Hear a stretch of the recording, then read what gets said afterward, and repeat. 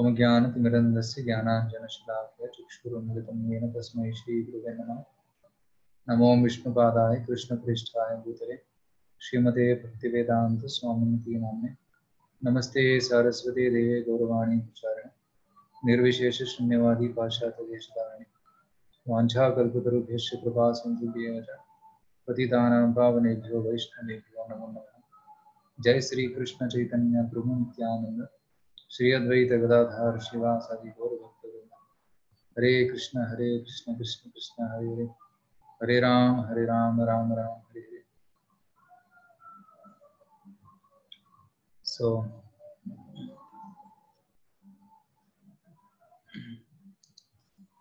today we'll be discussing about 3 ways of gaining knowledge: Pratyaksha Pramana, Anumana Pramana, and Shabda Pramana. Okay, so these are the 3 ways in which we generally acquire knowledge.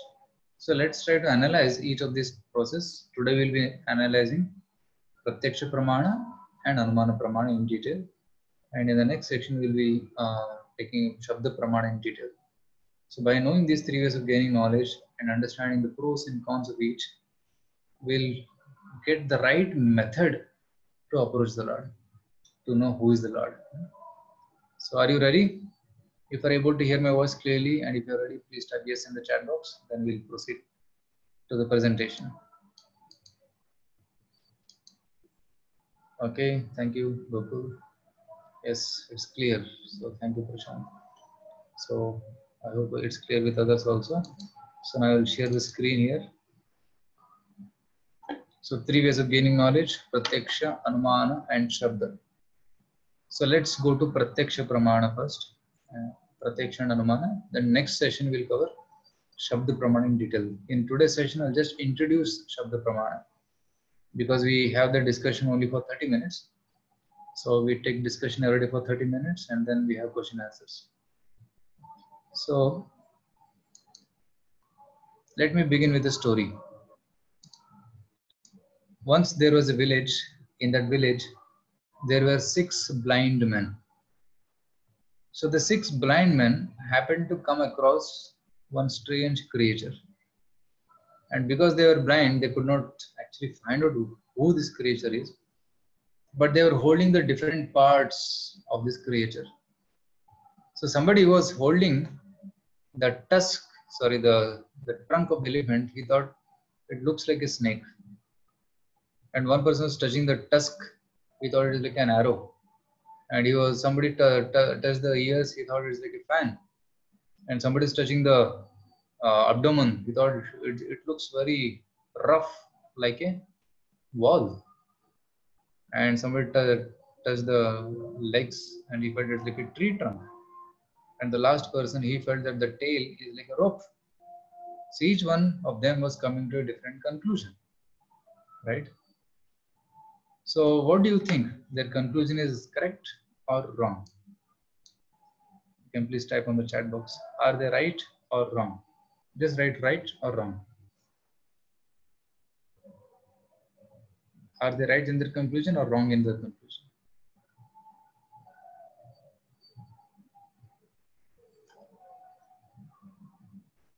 Okay. Raghavi says wrong. Gokul says wrong. Correct. So they're wrong in that conclusion because it's neither the trunk, nor the wall, nor the tusk, nor the fan, nor the rope. It's none of them. It's absolutely wrong. Correct. But if you want to make them understand what it is, how will you make them understand? And you may have to unmute your mic and speak now because it is a question which you need to speak. How will you make them understand what it is? Give them the full picture, all aspects of the animal or whatever they are observing. Okay, you're telling that we should give them the full picture by speaking to them, right? So how you are able to help them? Because you know what it is. You know that it is an elephant. So when you go close to them and say, my dear friends, actually it is none of the what you're telling is neither the trunk nor the nor the tree, nor any of these things. It is an elephant. And what you are seeing is different parts of the elephant, right? So you're just seeing the different parts of the elephant and concluding differently based on your past experience. Because you have got a experience of an arrow, so you are thinking the tusk to be an arrow. Another person has experience of a rope, that's why he's thinking the tail to be a rope. Based on their past experience, they're concluding about the present. So their conclusion was wrong. But you have seen the elephant, so you can say clearly that it is an elephant. Similarly, when it comes to the topic of God also, if you understand that, if you think that God is also like this elephant, and we are like blind men trying to understand who is God, so we'll come to wrong conclusions. We'll think God is something. But actually, if you want to know the actual picture of who is God, then God only has to reveal to us. And when He reveals to us, then we get the right knowledge. Like suppose you are sitting in a dark room and trying to understand the sun. Is it possible? No. Right? You're sitting in a dark room, how can you understand about the sun? No. But when you come out and you see the sun rising, then you can clearly see what is the sun. But in a dark room, we can keep speculating only. Similarly, that speculative knowledge is called as inductive knowledge. Trying to gain the knowledge by our own experience. That's called inductive knowledge. And the sun rising and revealing itself to us, that's called deductive knowledge. Because once the sun rises, nobody has to show the sun. It is there, it is evident. Similarly, when we are trying to search about God and trying to know God, that's called inductive path. It is very difficult. But when God comes and reveals Himself to us, that is perfect. And when God reveals Himself to us, then there's no more doubt remaining. So we just have to find out the way how we can make Lord revealed to us, right? So that's the point. I hope this point is clear from the story. So we should wait for somebody to reveal what is this elephant. Similarly, we should also wait for the time when the Lord reveals to us. So there are three ways of gaining knowledge. First is called pratyaksha pramana, or direct perception. Like we see with our eyes, we hear with our ears, we smell with our nose, we taste with our tongue, and we feel with our skin. So these are the senses, 5 senses through which we acquire knowledge. And we do acquire knowledge, we get knowledge from these things, but is it perfect? That is the question. Is seeing believing? That is the question. Let's try to analyze. Now, you may have to unmute and speak here. So you will see that this person is standing in front of the mirror, and he is seeing himself. Here he is seeing himself thin, here tall, here fat. But are they really thin, tall, or fat? No, because it's the property of the mirror. Convex mirror, concave mirror, they behave differently, isn't it? So that's the reason. So that they're appearing differently. And here the two railway tracks, are they meeting? What do you say? Are they meeting? Yes or no? You may have to unmute and speak. No. No. Okay. Answer mother says it no. But if I ask a 3-year-old boy and show this photo to him and ask, is it meeting? What will he say? Yes or no? It looks like it is meeting, so it is meeting. Yeah, the child will say, right? 3-year-old boy who doesn't know about railway tracks, he will say that it's meeting, surely meeting, he will say, because he has no experience of railway track. Similarly, we can know that they are parallel. They apparently appear to be meeting. A refraction, that is another phenomena. The stick appears to be bent, but it's not actually bent. But it's a baby, he will say it's actually bent. He is fully convinced that it's bent. But when we explain to him the laws of optics, then he'll understand, oh, actually it is refraction. And on this road, it appears that there is water, but there is no water. It's a mirage. It's a mirage. It is the feeling of water, but it's actually not water. Okay? So seeing is not always believing, because the sight may sometimes be deceptive. Let's see more. So these are the 5 senses: sight, touch, hearing, taste, and smell. So we cannot acquire complete knowledge using our material senses like eyes, ears, etc. And because we have imperfect senses, we have 4 defects. Information and theories in science are changed, updated, modified due to humans possessing 4 defects. See, our first thing is senses are imperfect. Our eyes and our hearing capacity and all the senses are imperfect. And because of these imperfections, we become illusioned, means we come to wrong conclusions. Then we make mistakes, commit mistakes, and then cheating propensity. So these 4 defects are there: Brahma, Pramada, Vipralipsa, Karanapatava. These are the Sanskrit names for these 4. So these things are there.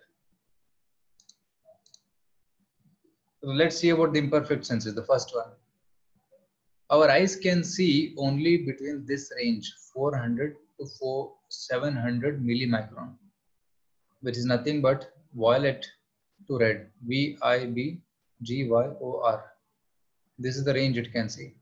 But infrared, ultraviolet, can it see? No. So beyond this visible range is only this much, very tiny fraction of the wavelengths. And there is infrared, microwaves, radar waves, radio waves, broadcast band.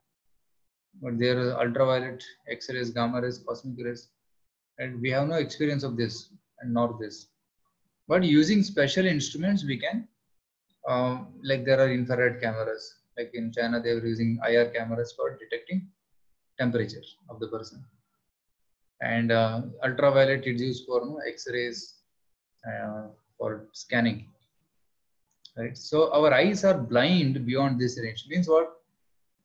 We have very limited access to the world. See, dogs can see something which we cannot see. Right? Sometimes in the night you see dogs barking and howling, and they're looking at something and howling. They can see, but I cannot see. Why? Because our vision is limited.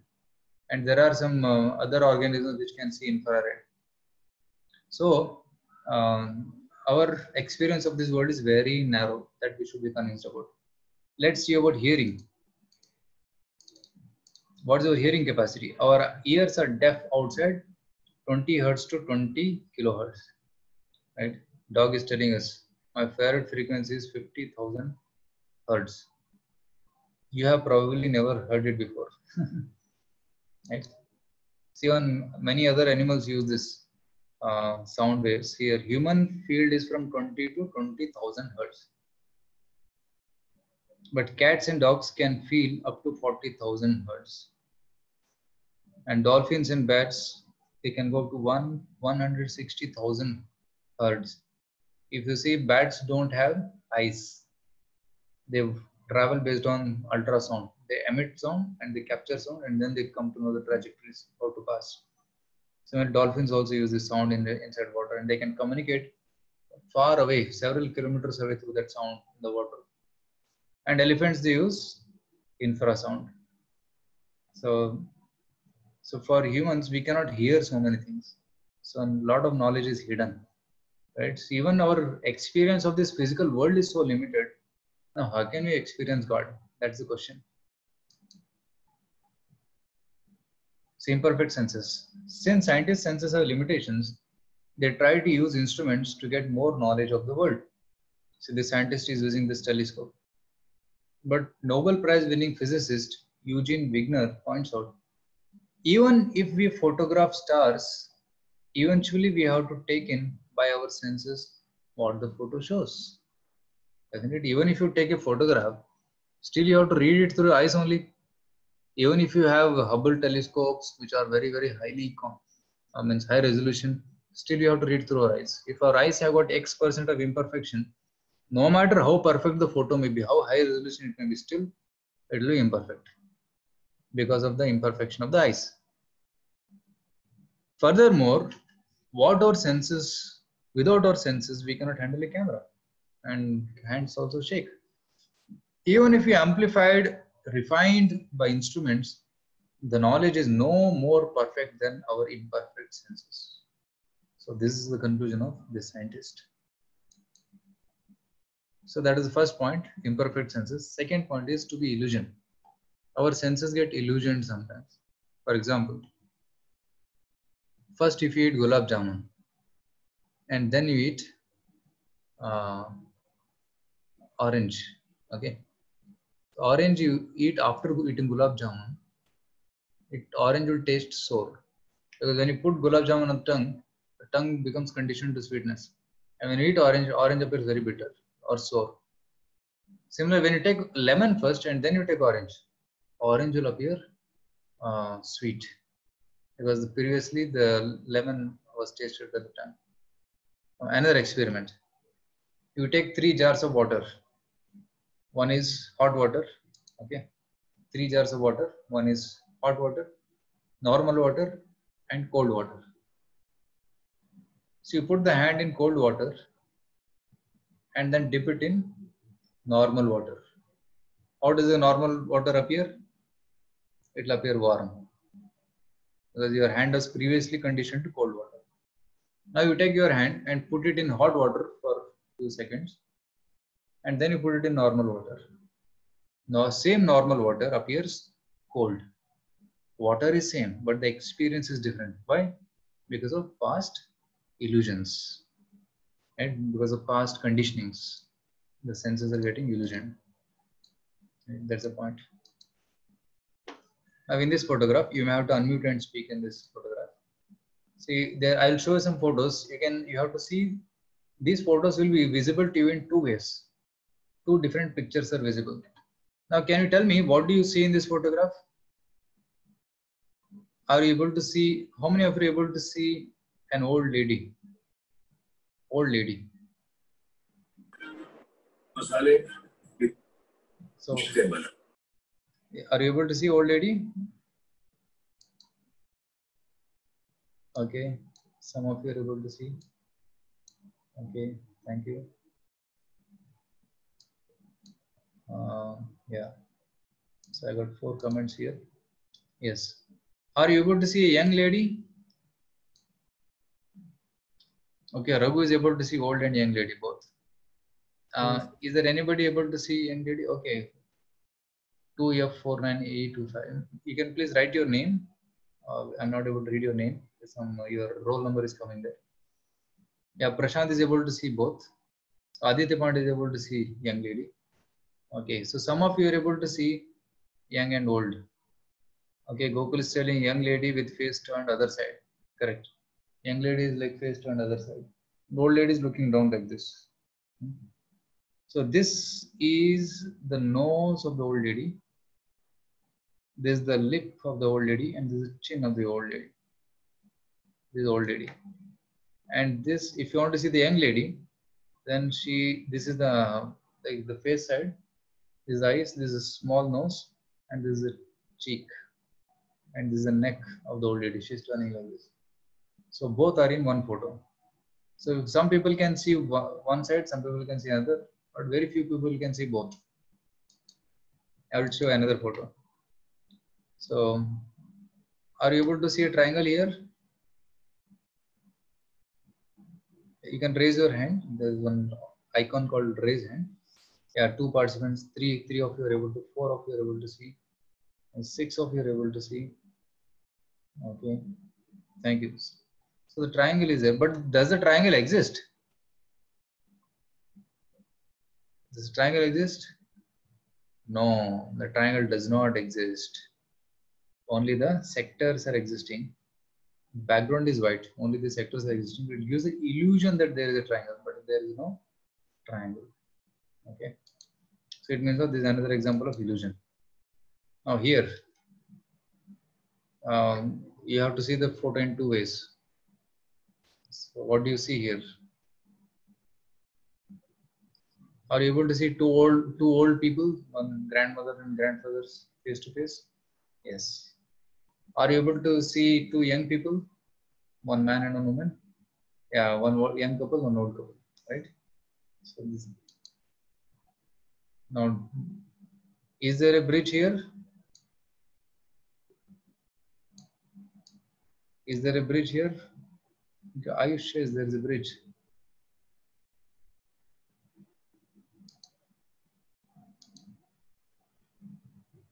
There is no bridge. There is a row of ports and there are clouds above. So the clouds and the row of ships is giving an illusion that there is a bridge, but there is no bridge. So this is called illusion, for senses are imperfect. Now you focus on this image which is on the screen.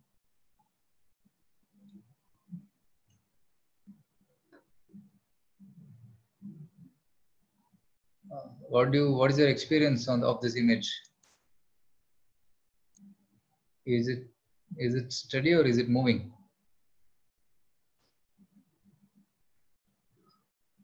This image on the screen? Moving. It appears to be moving. It's not moving. It's not moving. The picture is still. It appears to be moving. It's not moving. It is still photograph. It means what our eyes are seeing that which is not. We are able to pursue which is false. So we are getting illusion. There's another example. Now you focus on one ring. What do you feel? You focus on any one of the rings. You keep moving your eyes from one ring to another. How do you feel?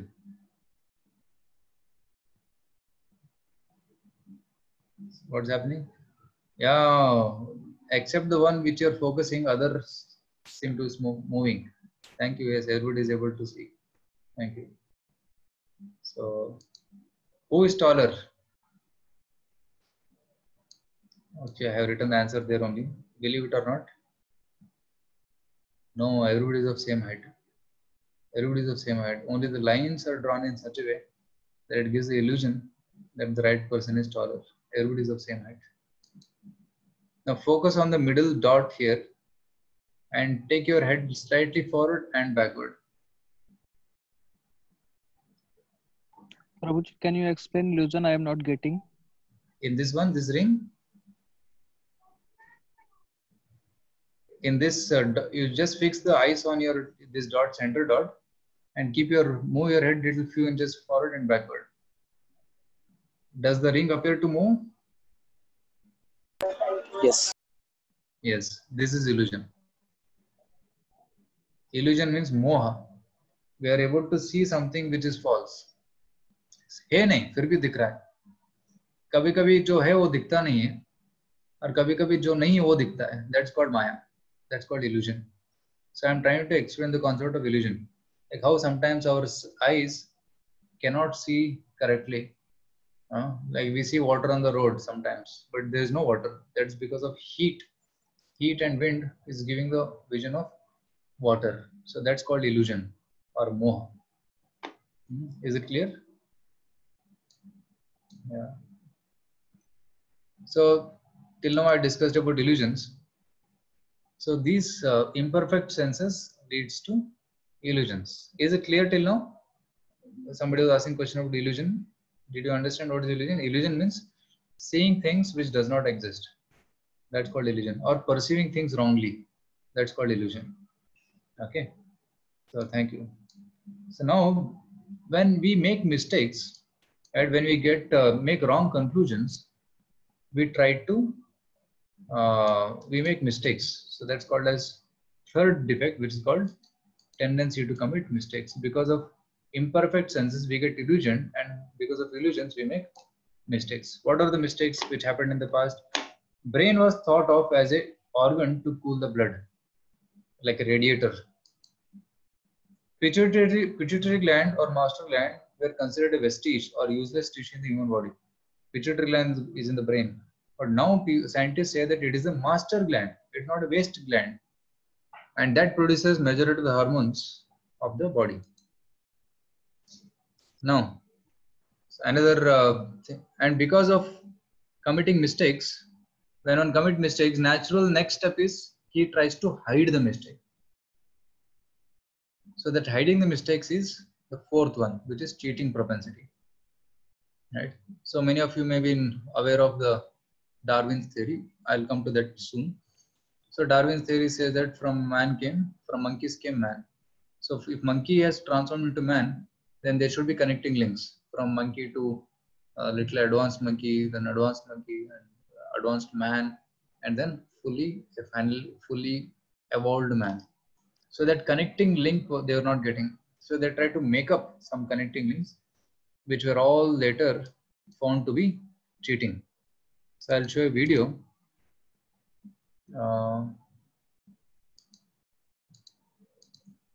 Okay, no, there's no video for this. I'll share it with you on the WhatsApp. So it was all dismissed. I'll explain more about this when I come to Darwin theory. So first is Pratyaksha Pramana. Pratyaksha Pramana is experiencing through direct sense perception. And many times our senses give us wrong information because of illusions. Now, second way of gaining knowledge is Anumana Pramana. Anumana Pramana is the way of gaining knowledge by speculation. It may have been like this, or perhaps it was like this. Like suppose you are sitting in the room now and you hear a sound outside, right? And immediately we start speculating. Like suppose you hear some two people shouting loudly. So then what happens? Immediately the mind says, oh, some two people are shouting. But when you go outside and see, it is somebody playing a video on his mobile. So we speculate, and that speculation sometimes will be, or most of the times will be wrong.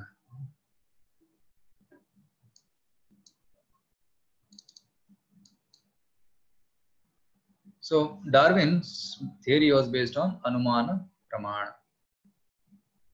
So he has written a book called The Origin of Species by Natural Selection. Actually, what happened was long back in 18th century.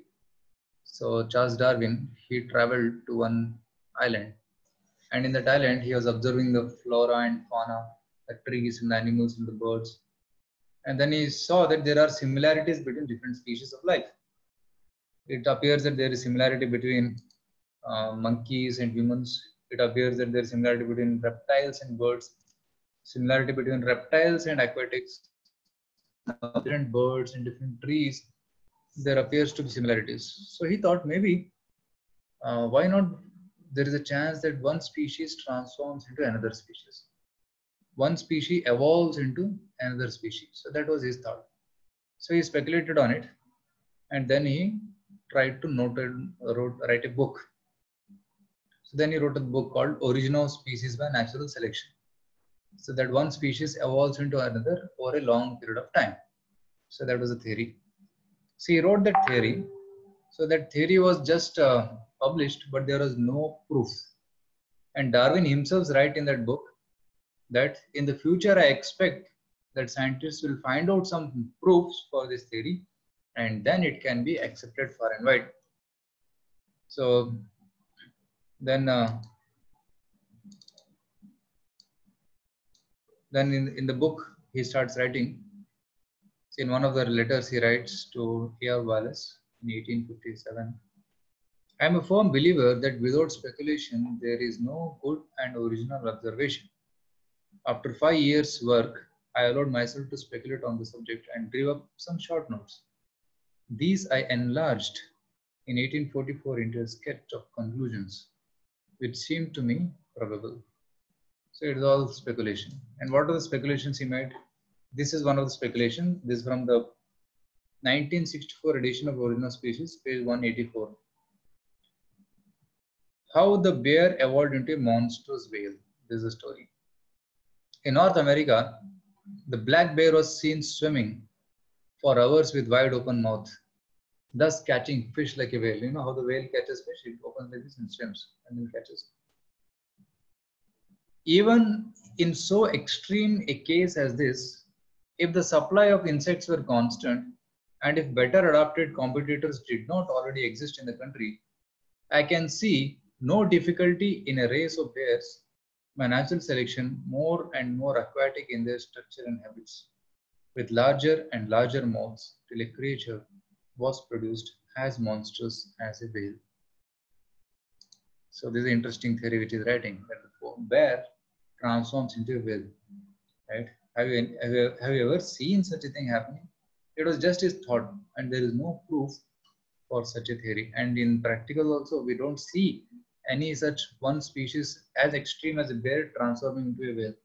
It's not possible. So but Darwin had speculated on this. Until now, there is no proof for this.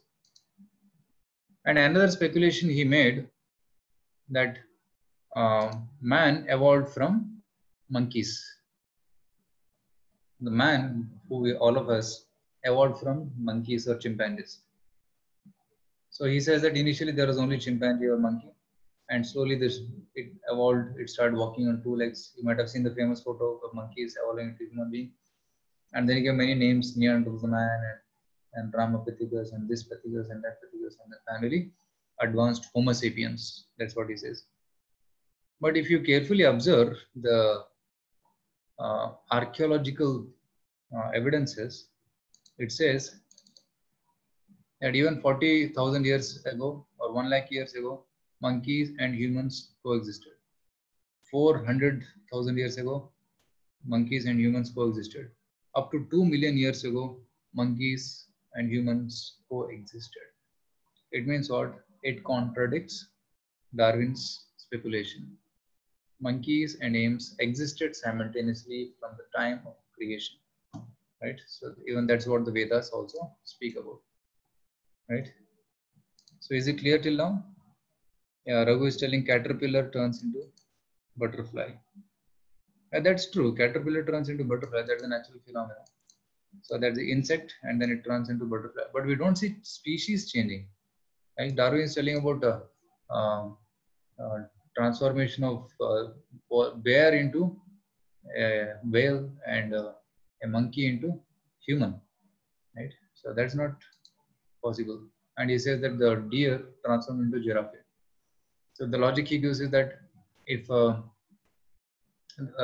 grass was not available on the land, so that's why the deer started eating the branches from the top, and slowly the neck became longer and longer and longer. Then the obvious question will be, if a deer didn't have grass to eat, then how come cows and rabbits and other animals which survive on grass, they are surviving, right? So even though you say that it takes long time to, like, it takes really long time for this evolution to be seen, but still we don't see one species transforming into another species.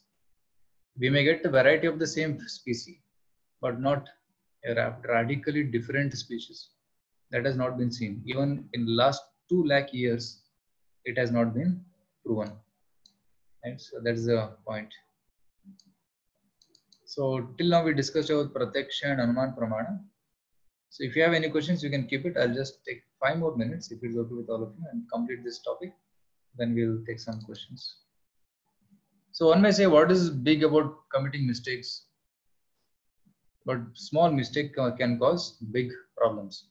Like Bisleri bottles were thought of to be very convenient way of drinking water. But now it's observed that if Bisleri water is kept for 6 months, it becomes poisonous. Mobile phones were thought to be very convenient way of communication. But now we see so many problems. There is cancer associated with it. There are radiations, even addictions because of mobile phones. Bubonic plague, which came a couple of centuries back in Europe, they thought that the cause is cats. From cats it is spreading. So they killed all the cats. Later they came to know it's because of rats. And then they had a big problem catching the rats because cats were not there. And small mistake can lead to big problems. Then what is the other way? If Pratyaksha and Anumana can give only limited knowledge or many times faulty knowledge, incomplete knowledge. What is the right way? The right way is Shabda Pramana, hearing from the authority. Just coming back to the original story of the elephant and 6 blind men, where the blind men were not able to understand the elephant. So person with eyes, and one of you told the answer, then you can explain what is elephant to him because you know what is an elephant. Similarly, when God reveals the knowledge, so that knowledge is called Shabda Pramana. It is just like a creator telling about his creation. So that's called Shabda Pramana. Like a mobile manufacturer giving the data sheet of the mobile. So that's called Shabda Pramana. So Vedas are like mother, which tell about God, who is the Supreme Father. So, and this knowledge was given by Krishna to Brahma, And these details we will see in the next session. And next session will be dedicating fully on the Shabda Pramana. What is Shabda? What is Vedas? And how we can get maximum benefit by reading these Vedas. So all that we'll be discussing in next session. And what do the Vedas contain? What are the predictions given in the Vedas? So how we can believe in the Vedas. So that we'll discuss in next session. Okay, so now we open up for questions. So one question is coming. Shabda Pramana involves hearing, and hearing is sense. Isn't hearing too subject to many errors? Yes, you're right. Prashant is right. So hearing may also be subject to errors, because hearing may also be selective sometimes. The hearing may be faulty. So hearing may be faulty because the mind may not be attentive sometimes and all. That's true. But the knowledge which is coming through that source, that is correct. So if you properly receive it, then that knowledge is correct. Actually, hearing doesn't mean just hearing from the ears. It also means accepting the knowledge from God directly, either through reading or through hearing. But the point is, one should hear from the right source. That's the main point here. Shabda means hearing from the right source, the manufacturer of the product. Similarly, hearing from the right source, the creator of the universe. So that's called Shabda Pramana, not from anybody and everything. So hearing means from the right source. So God is the right source for everything. So when God reveals the knowledge of the world, that is perfect. So that's called Shabda. So just before we take further questions, the next session will be on Monday. Tomorrow we have another session which is called Kirtan Yoga. It's a Prerna program. So many of you already know about that program. So tomorrow we have program between 6:30 to 8. There is Kirtan program by one famous personality called Amit More. He's a very wonderful Kirtaniya, and we have invited him for this session. So he's coming from Pune. He'll be speaking from Pune. He'll be speaking about what is Kirtan and how to implement Kirtan and what are the benefits of Kirtan. And we'll also introduce all of you to the beautiful music therapy, Kirtan therapy. So we invite all of you for this session. But this Gita session, next Gita session will be on Monday at 7 o'clock. Okay. Yes. I hope that is clear, Prashant. You had asked this question, and yes. Are there any other questions pertaining to today's session? Right. You can please ask.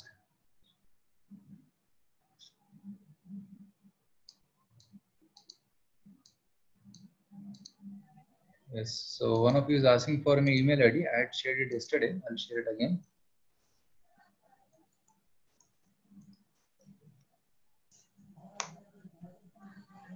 Yes. Hare Krishna Prabhuji. Yes, Aditya. Before ending the session, please summarize in few words, sir. I request to you.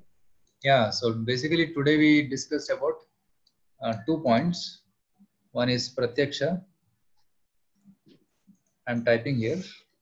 Pratyaksha Pramana. And then Anumana Pramana. And Shabda Pramana. So 3 points we discussed today. Pratyaksha Pramana means knowledge coming through direct sense perception. Anumana Pramana means by speculation. It may be like this, it may be like that. And Shabda Pramana means hearing from a right source. Right? We can understand this by, you can remember these three by seeing the story of the elephant and the 6 blind men. So they were trying to understand the elephant by Pratyaksha, by touching, and by speculating, by as per their previous experiences. They are speculating, but they could not get the right knowledge. But when a person who has seen the elephant, who knows what is the elephant, he comes and says, that's called Shabda Pramana. Similarly, when you're trying to understand God, we try to speculate about him, then we may not get right knowledge. But when we hear from God, who is he, then we can get right knowledge. So that's called Shabda Pramana. So we discussed these 3 points. And as a subtopic, we discussed 4 defects. The 4 defects are imperfect senses, and then tendency to get illusion, and then committing mistakes, and cheating promiscuously. So this is the summary of what we discussed today. Is it clear, Aditya? Yes, Prabhuji, thank you. Yeah, so this is a summary. And also I'll be sharing this video and also the PPTs with all of you on the WhatsApp. So you can go through these PPTs at your own time and you can revise it. So it's open. I'll be sharing this with all of you. Okay. Prabhuji, if I may. Yes, Prashant. There is this one doubt that I had regarding Anumana Pramana. Okay. Some things we might not be able to do it, like as in recreate, as in yesterday's case when we were talking about Big Bang. So creating Big Bang according to the scientists now, as we know, it involved a lot of extreme conditions like in temperature, pressure. Yes. So unattainable, like humanly unattainable, and it requires a very, very large amount of energy. Yes, correct. So it is next, the recreating Big Bang would be next to impossible. Yes, so correct. In such case, the only thing that remains to explain the theory is Anumana Pramana. That is how you do that mathematical induction and then find out what could be the cause, the causality. Okay. So and of course, Big Bang theory is not the perfect theory. I mean, that fits the most. What do you say? Whatever evidences we have, it kind of fits the entire structure. That's it. It is not like that it's a final theory, and even for that matter, Darwin's theory also is kind of does the same. It also kind of fits the same this character, but otherwise it is not the final. There is no body which has decided that this is the final thing, and this is exactly how they have concluded. Yes, correct. So as you rightly said, there is no conclusive proof from science about the origin of life nor the evolution of life. From science, there is no evolution, no explanation for this. And similar point Gokul is also telling here, the Darwin theory is not proven.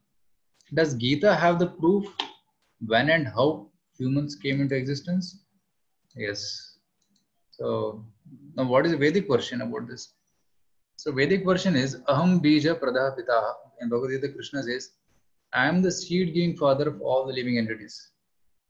So all the species of life were created by Lord at the time of creation. Right? If you consider all these bodies to be like apartments, so Lord has already kept many 84 lakh kind of apartments ready. And based upon the karma of the soul, he puts them in different apartments.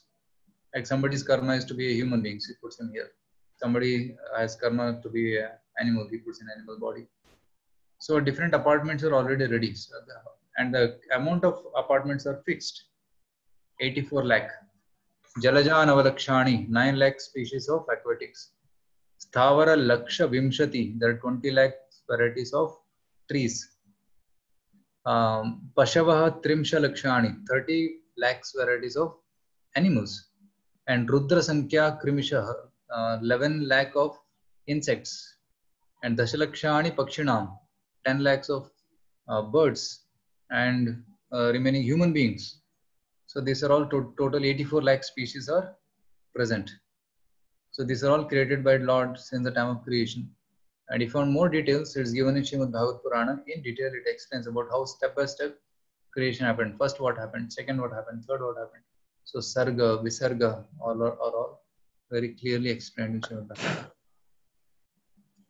So what about species that are extinct? Yeah, they may be extinct on Earth, but there is somewhere else in some other planet, right? So extinct species means the God has kept the seed with him. Like sometimes government keeps the seed bank, and some seeds may not be available in nature with ordinary people, but in seed bank it is there. So similarly, God keeps all the seeds. Sometimes when it's not required, he withdraws the seeds, means withdraws the species. And whenever opportunity is favorable, he again releases the seeds. So it's extinct from our vision, but God can anytime again reproduce them. So that's possible by him. So that's how we have to understand the extinct species. Okay. Prabhuji, if I may add, what about species like, this Neanderthals and this Gigantopithecus and all those, which coexisted with humans Yeah. and then slowly went extinct due to loss of, habitat and this hunting. All this loss of, food items. So you are asking about Neanderthal man and all those things. What happened to them? So correct. So there is, first of all, did Neanderthal man exist? That's the question, right? So We have fossilized evidence. That is why frozen evidence for that. Yeah. So I understand your point. I'll show you on video now. Just give me a second so that I'll connect it to the. So just see this video. This is about. Evolutionists go so far in this subject that they can even invent very different faces for the same skull. The three entirely different reconstructions made for the fossil called Zinjanthropus is a famous example showing how persistent evolutionists are in producing these false masks.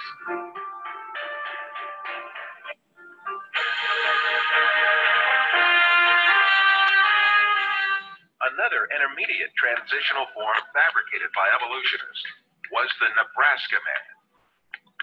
This was cooked up in 1922 on the basis of a single fossil tooth. The evolutionists did not neglect to give it an ostentatious Latin name, Asparapithecus arulcuca, or to make imaginary drawings related to it. It was soon revealed that the tooth that had been the source of inspiration for Nebraska man, in fact, belonged to a wild pig. See, the tool which they were using for Nebraska man, it was a tooth of a wild pig, and most of the evidences were found by forgery actually. Many other fossil skulls have been presented as great evidence for evolution, failed one by one. Neanderthal man was advanced as evidence in 1856, dismissed in 1960. Piltdown man was advanced as evidence in 1912, dismissed in 1953.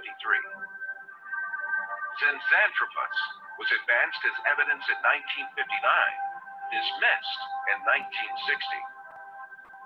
Ramapithecus was advanced as evidence in 1964, dismissed in 1979.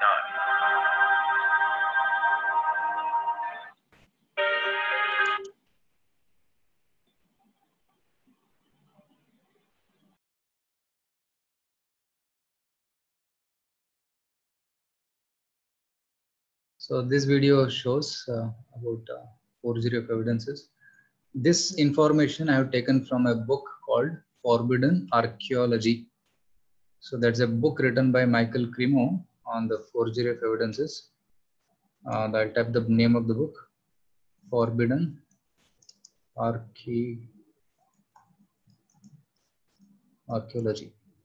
or Hidden History of Human Race.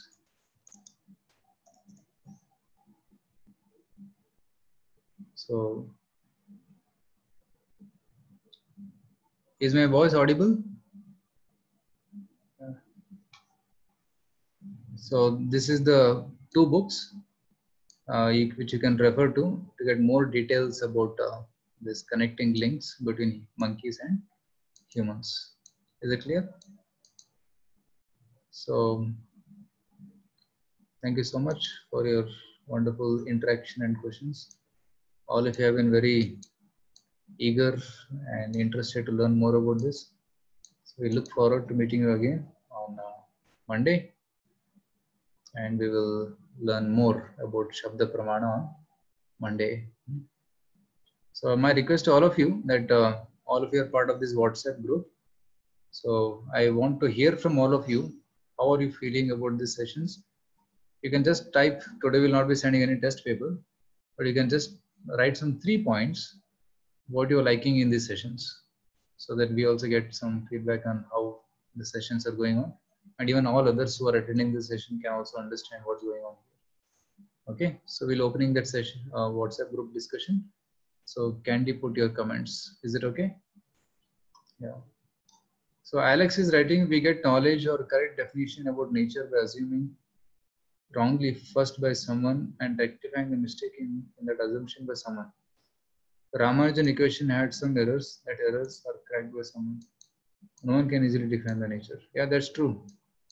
So that's definition of, that's the point. Pratyaksha Pramana is imperfect, because we try to understand nature through our senses and by speculation.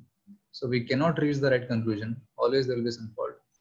So that's why we should take the knowledge from God. We should take the knowledge from the Creator. Then that will be perfect knowledge. Even the value of G, right? Gravity has also been changed many times. Even Hubble's constant has been changed so many times. So our experimental knowledge will always have some defect. So that's the point Alex is telling here. Thank you, Alex. Yeah. And somebody had asked a question.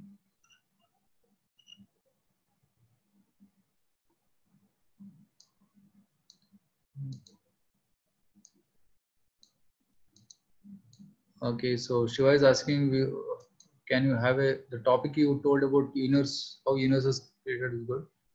When will we have that class about how universe was created? Correct. So we'll have it later soon, maybe after a week. Let's finish the basic topics first, because the details of the step-by-step process of creation are very intricate. I have a presentation on that, but I generally discuss it at later point of time. So maybe we can be a little patient, then we can discuss it soon later. Okay. Yes, surely all your desires, all your questions will be answered. You just have to be patient. Like now you have studied to become engineer or doctor, you study for almost 10 years of schooling plus 2 years of pre-university, and then 4 years of graduation, then post-graduation, then PhD, right? It takes so many years, 16 to 18 years to become a well-versed in one subject, whether an electron or a civil engineering or whatever. But then how can we expect that within 1 week we will become expert in the knowledge of God? No, it's not possible. I have been studying Gita since last 15 years, since 2005. And till now I'm still studying, because the knowledge is so vast. And whatever I'm studying, I'm sharing. And as I'm teaching you, I'm also learning from my teachers. Because knowledge is so vast and so deep. There's no end. You can go on learning more and more and more. Okay. So you just have to be patient. All your questions will be answered. It's a systematic course. Okay. So Prashant is telling, but why does anyone need to forge evidence? I mean, there have been so many fake theories which are believed at the time but proven wrong later. Yeah, because of cheating propensity. See, when Darwin's theory was proposed, some group of scientists, they felt that it's a very good theory to remove God from picture and put atheism in foreground. So a group of scientists, they very quickly accepted Darwin's theory, because that gave them the evidence that God does not exist. Because Darwin's theory explains the origin of species without God, right? So they took it and then they started accepting it and propagating it, but there is no evidence. So then to prove evidence, they have to forge evidences. That forced them to forgery. And Darwin's theory was had a very bad effect. Even Hitler was a follower of Darwin's theory. And what is Darwin's theory? Survival of the fittest. So Hitler started thinking, if fit people only will survive, then I will decide who will survive. So in Germany, he started having actually screening of the people. Somebody is having little bit deformities, you are unfit, so you will be killed. And you are fit, so okay, you can survive. So like this, he started deciding and did big Holocaust also. He thought Germans, Nazis are superior and Jews are inferior. They're unfit, so let's kill them. So like this, Hitler started misusing this theory, and many people started misusing this theory. But later on, people found out that actually Darwin's theory is not true. Then they proposed neo-Darwinism, means mutation theory. from that also you can explain change of species within the species, like by mutations or genetic changes, because at Darwin's time there is no knowledge of genes. Darwin did not know about DNA and RNA, but later on when scientists discovered DNA and RNA, then they were thinking, how can evolution happen? So then they found out that, okay, genes will change and then species can change. But even if genes change, a dog can become another species of dog, another variety of dog. But dog cannot become a tiger, cat cannot become a tiger. So there can be changes within the same species, but not from one species to another species. Right? So still Darwin's theory fails. So the evolution is not happening. Right? So because in order to cover up the theories, they start putting forgery. Okay. Thank you for the nice question, Prashant. So I'm sure you'll have a lot of questions. You can just wait till Monday. So Monday we'll be discussing about Shabda Praman in details. I hope your questions will be answered there also. Okay. So we'll end our session today. So thank you very much. It's already 8 o'clock. We have passed the time. So thank you for staying back so long. So we'll be putting this video, and also kindly comment and give your feedbacks on the WhatsApp group, so that everybody can come to know how the sessions are going on. Thank you so much. Hare Krishna. Hare Krishna. Thank you, Prabhu. We'll end here. Thank you, Prabhu. Hare Krishna.